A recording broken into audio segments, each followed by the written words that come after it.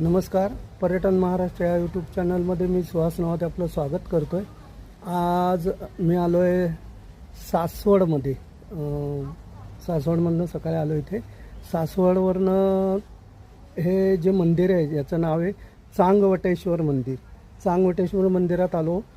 साधारण सकाळी 7:30च्या बसने, म्हणजे साधारण 30-35 किलोमीटर अंतर आहे. पण रस्त्यामध्ये कामं बरीच चालू असल्या कारणाने ना बसला यायला खूप उशीर झाला. म्हणजे साधारण 1.5-2 तास बससाठी लागले.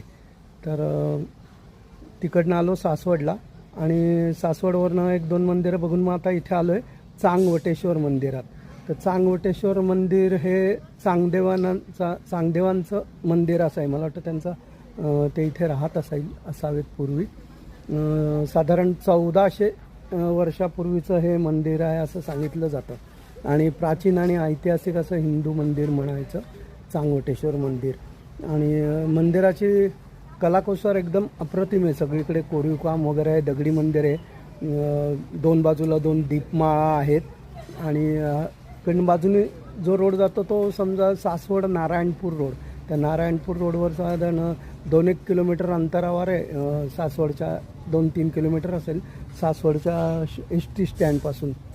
तर हे साधारण 1000 वर्षापूर्वीचं तरी मंदिर असेल. हे शिवलिंग आणि ते संगमेश्वर शिवलिंग अशी 2 शिवलिंगांची इथे सासवडमध्ये मंदिर आहे. सासवडमध्ये आधी हिंदू मंदिरं खूपच आहे. ऐतिहासिक गाव असल्यामुळे मंदिर आहे. साधारण जमिनीपासून 50-1 फूट उंच असं मंदिर असून या मंदिराला वर जायला साधारण 25-1 पायऱ्या आहेत. आणि दोन्ही बाजूनी ओऱ्या आहेत. 2 दीपमाळा आहेत. त्या वेगवेगळ्या उत्सवाच्या वेळी त्या प्रज्वलित केल्या जातात. आणि सन 1700मध्ये आबाजी पुरंदरे यांनी या मंदिराचा जीर्णोद्धार केला. पेशवे काळांपासून आहे. त्या पेशव्यांची समाधी पण आहे.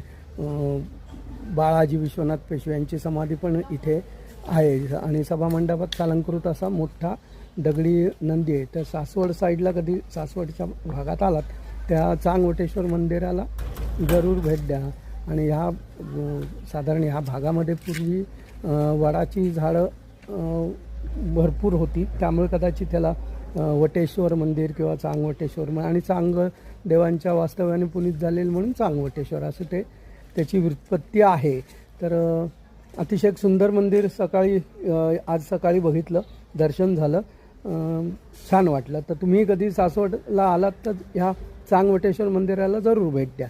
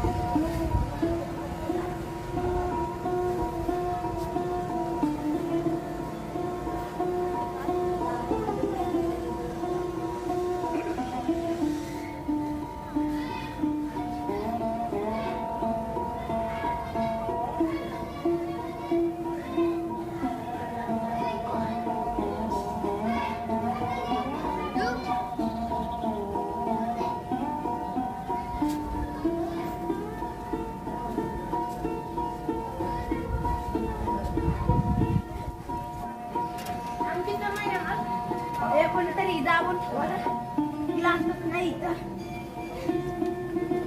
या गार पाणी दाबले असं आता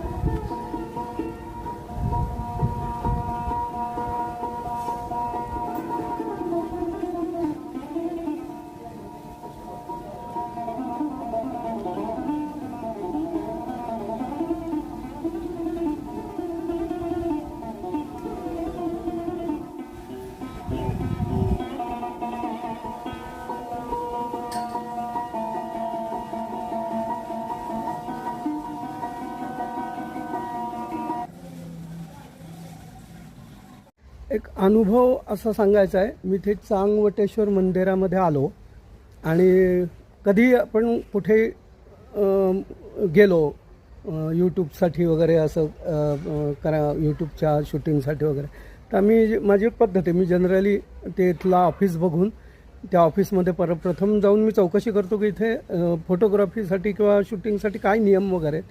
त्याप्रमाणे तिथे चौकशी केली. तिथे त्यांनी एक बोर्ड लिहिला आहे, प्री वेडिंगसाठी 2000 रुपये की 1000 रुपये वगैरे वगैरे असं ते